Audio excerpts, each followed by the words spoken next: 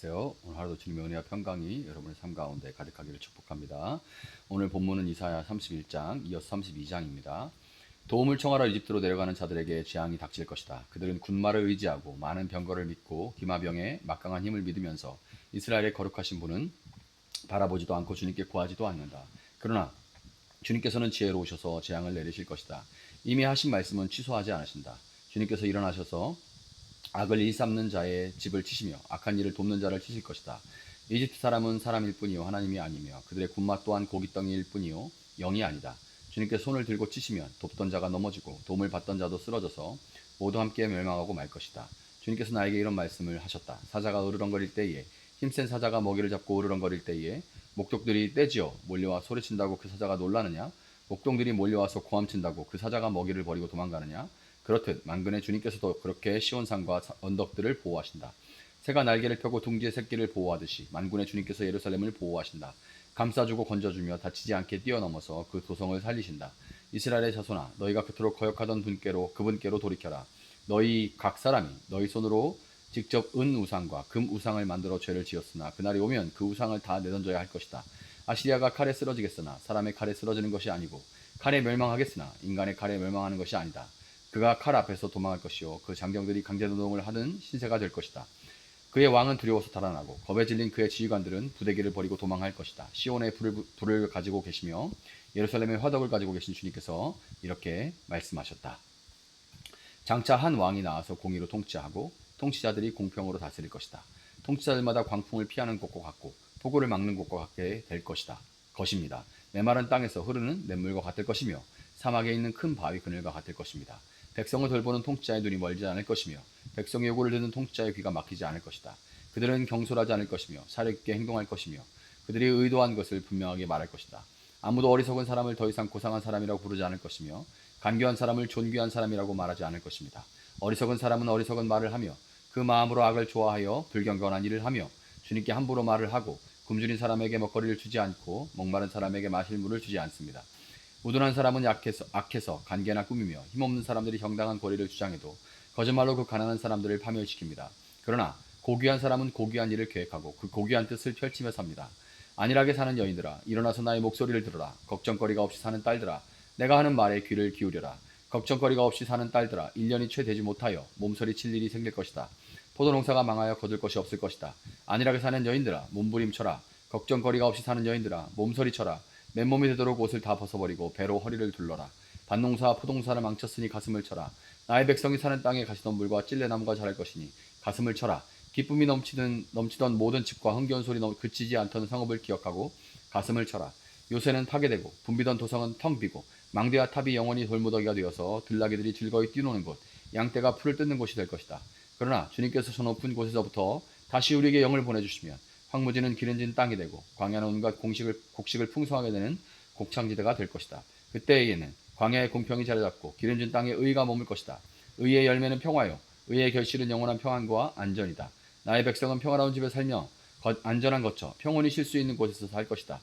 비록 살림이 우박에 쓰러지고 성읍이 완전히 무너져 내려도 씨를 뿌리는 곳마다 될 물이 넉넉하고 어디에서나 안심하고 소와 나귀를 도와 키울 수 있으니 너희는 복이 있다. 아멘. 자, 우리는 삶의 위기 앞에서 본능적으로 어떤 힘을 의지하게 되죠. 눈에 보이는 경제력, 인간관계, 어떤 정보, 사회 제도와 같은 것들이 우리를 보호해 줄 것처럼 여기게 되는 겁니다.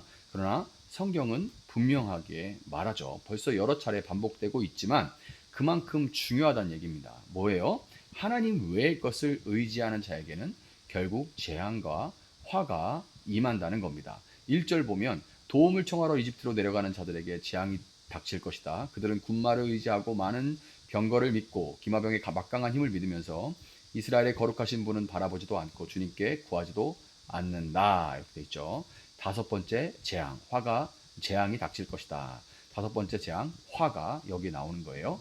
유다 백성은 아시리아라는 큰 위협 앞에 하나님께 묻지도 않고 이집트라는 강대국의 도움을 요청하고 이집트를 의지했습니다. 그들은 보이는 군사력과 말의 수에 의지했지만 하나님은 그것이 아무 힘도 없을 것이라는 것을 말씀하시죠. 3절에 보면 이집트 사람은 사람일 뿐이요 하나님이 아니며 그들의 군맛 또한 고깃덩이일 뿐이요 영이 아니다. 자, 하나님 없는 힘은 결국 무력합니다. 지금 우리의 삶에서도 마찬가지죠. 비록 겉으로 보기에는 강한 것 같다 할지라도 하나님이 계시지 않으면 그것은 모래 위에 쌓은 집과 같은 것입니다. 그런데 4절부터는 이 동일했던 앞의 내용과는 다른 반전이 있어요. 만군의 주님께서도 그렇게 시온산과 언덕들을 보호하신다. 자, 하나님이 사자처럼 둥직 속 새끼들을 보호하는 새처럼 친히 시온을 보호하시고 건지시고 구원하신다, 이렇게 말씀을 합니다. 8절에 아시리아가 칼에 쓰러졌으나 사람의 칼에 쓰러지는 것이 아니고 칼에 멸망하겠으나 인간의 칼에 멸망하는 것이 아니다, 이렇게 말씀하시죠. 실제로 이 말씀대로 열왕기하 19장 35절에서 하룻밤 사이에 여호와의 사자가 아시리아 군대 18만 5천 명을 치셨고 아시리아는 제대로 싸움 한번 해보지 못하고 물러가게 됐습니다. 왜 이런 말씀을 그러면 하실까요?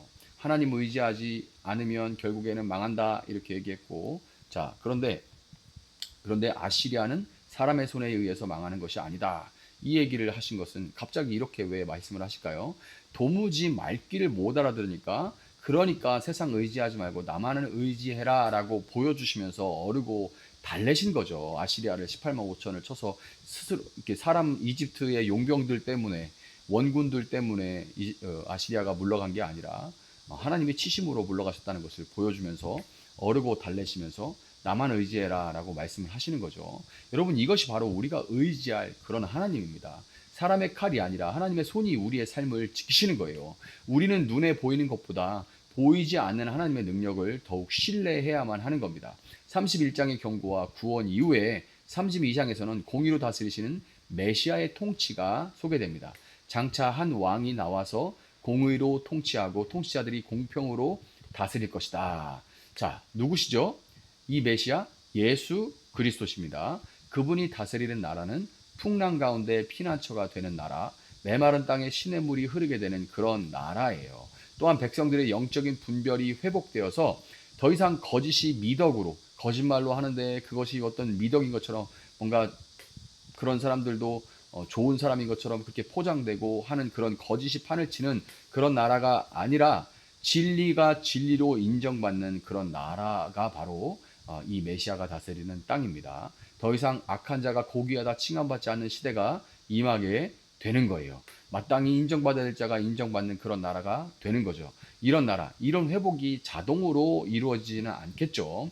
이사야 32장 9절부터는 안일했던 자들에게 심판의 경고가 이어집니다. 그들은 평안하다, 안전하다 생각했지만 하나님의 심판이 임할 때 그들의 교만은 무너지고 말아요. 예언자는 그들에게 가슴을 치며 회개할 것을 말했고, 정말 회개하는 자를 하나님은 결코 외면하지 않으시고 15절과 같이 놀라운 약속을 부어주시죠. 그러나 주님께서 저 높은 곳에서부터 다시 우리에게 영을 보내주시면, 여기서 보내주시다, 이 보내주시다, 다른 번역으로 부어주신다의 히브리어 원뜻은 비우다, 벌거벗기다, 바닥을 드러내다, 이런 뜻이에요. 즉 하늘이 텅텅 비도록 하나님께서 성령을 이 땅 가운데 부어주신다는 얘기입니다. 마치 성령이 하늘의 거처를 떠나서 지상 가운데 거하시게 되는 것과 같아요. 이 말씀은 예수님이 십자가에 달리시고 부활 승천하신 후에 사도행전 2장에서 오순절날 성령이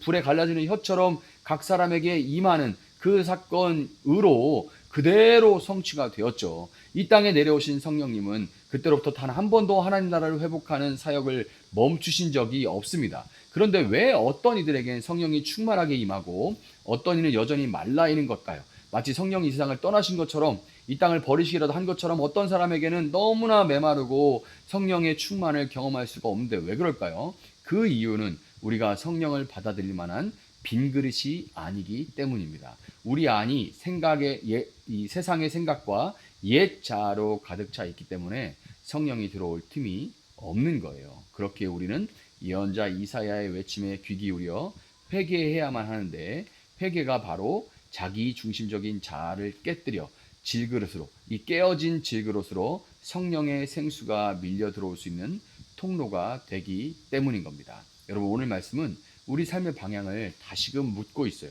나는 무엇을 의지하며 살아가고 있는가? 위기의 순간에 하나님께 먼저 나는 무릎을 꿇고 기도하는가? 아니면 보이는 힘, 세상의 사람, 세상 사람들, 혹은 제도, 혹은 어떤 계획을 앞세우는가? 하나님은 오늘도 우리에게 말씀하십니다. 사람의 칼이 아닌 나의 손이 너를 구원할 것이다. 회개하는 자에게는 성령을 부어줄 것이다. 공의로 다스리는 내 나라로 너희들을 초대한다. 하나님은 오늘도 이렇게 말씀하고 계십니다. 오늘 세상을 의지하던 마음을 돌이키고 세상의 온갖 욕심으로 가득한 마음을 깨뜨려서 성령의 임재를 구할 때 하나님은 오순절의 그날과 같이 하나님이 하늘을 텅 비우시고 여러분의 삶에 회복과 부흥의 은혜를 쏟아 부으실 것, 더 이상 줄 것이 없을 만큼 충만하게 쏟아 부으실 것을 믿으시고 여러분을 통해 여러분이 밟는 지경에 하나님 나라가 회복되기를 예수님의 이름으로 축복합니다. 잠시 기도하겠습니다. 사랑하시는 주님 감사합니다. 그렇습니다. 주님, 우리가 회개할 때 질그릇과 같은 우리 마음이 깨어질 때 질그릇 안에 담겨있는 보석과 같은 예수님이 드러날 줄 믿습니다. 그러나 참으로 깨어지기가 어렵습니다. 성령님 이 시간 우리 마음을 만져주셔서 우리의 마음이 죄에 대해 슬퍼하게 하시고 죄에 대해 노여워하게 하시고 죄를 즐기는 나 자신을 안타까워하게 하심으로 주님, 우리가 눈물로 주님 앞에 회개하게 하시고 이제는 그 길에서 돌이켜 주님을 의지하고 주님을 따르며 주님을 위해 살아가는 저희들 되어줄 수 있도록 주님 도와주시기 원합니다. 이 시대, 이 어두운 시대, 아버지 정말 만족한 그 여인들과 같이 평안하다 평안하다 말하며 무엇을 먹을까 무엇을 입을까 무엇으로 내 육체를 더 기쁘게 할까만 고민하는 이 시대 가운데, 그러나 우리의 영은 더 무뎌지고 더 잠에들고 더 능력이 없음을 고백합니다. 주님, 이 시대에 사람들이 더 나를 만족시킬 것을 쫓으며 주님 무속의 힘에 기울고 뭔가 자극적이고 뭔가 영적이지만 책임은 지지 않는 그런 가벼운 것들을 쫓아다니는 이때에 그러나 살아계신 하나님의 음성을 오늘 듣기를 원합니다. 하나님의 말씀을 듣기를 원합니다. 우리 심령을 두드리시는 주님의 부름을 듣기를 원합니다. 주님, 성령을 부어주셔서 저와 또 오늘 말씀을 붙들고 기도하는 모든 성도들 가운데 성령으로 충만하여서 주님 성령의 그 충만한 가운데 하나님의 뜻을 온전히 분별하고 하나님을 따르며 예수님을 따라가며 주님께서 기뻐하실 삶을 살아갈 수 있도록 주님 도와주시고 용서 못할 것을 용서하게 하시고 평화가 없는 것에 평화를 만들어가게 하시고 하나님을 향한 놀라운 일들이 일으킬 수 있는 저희들의 삶이 되어질 수 있도록 더 이상 무기력하고 무능력하고 정말 누워있는 그런 삶이 아니라 일어나 주님을 증언하는 그런 삶이 되어질 수 있도록 저희 삶 가운데 함께하여 주시옵소서. 그 모든 일들을 주님을 바라며 무너진 우리 마음을 회개하는 것에 의로 시작하오니 주의 성령께서 오늘 회개하는 심령을 주님 허락하시고 주님을 찾는 마음을 허락하여 주시옵소서. 감사함 예수님의 이름으로 기도하옵나이다. 아멘. 오늘 주신 말씀 붙들고 계속해서 기도합니다.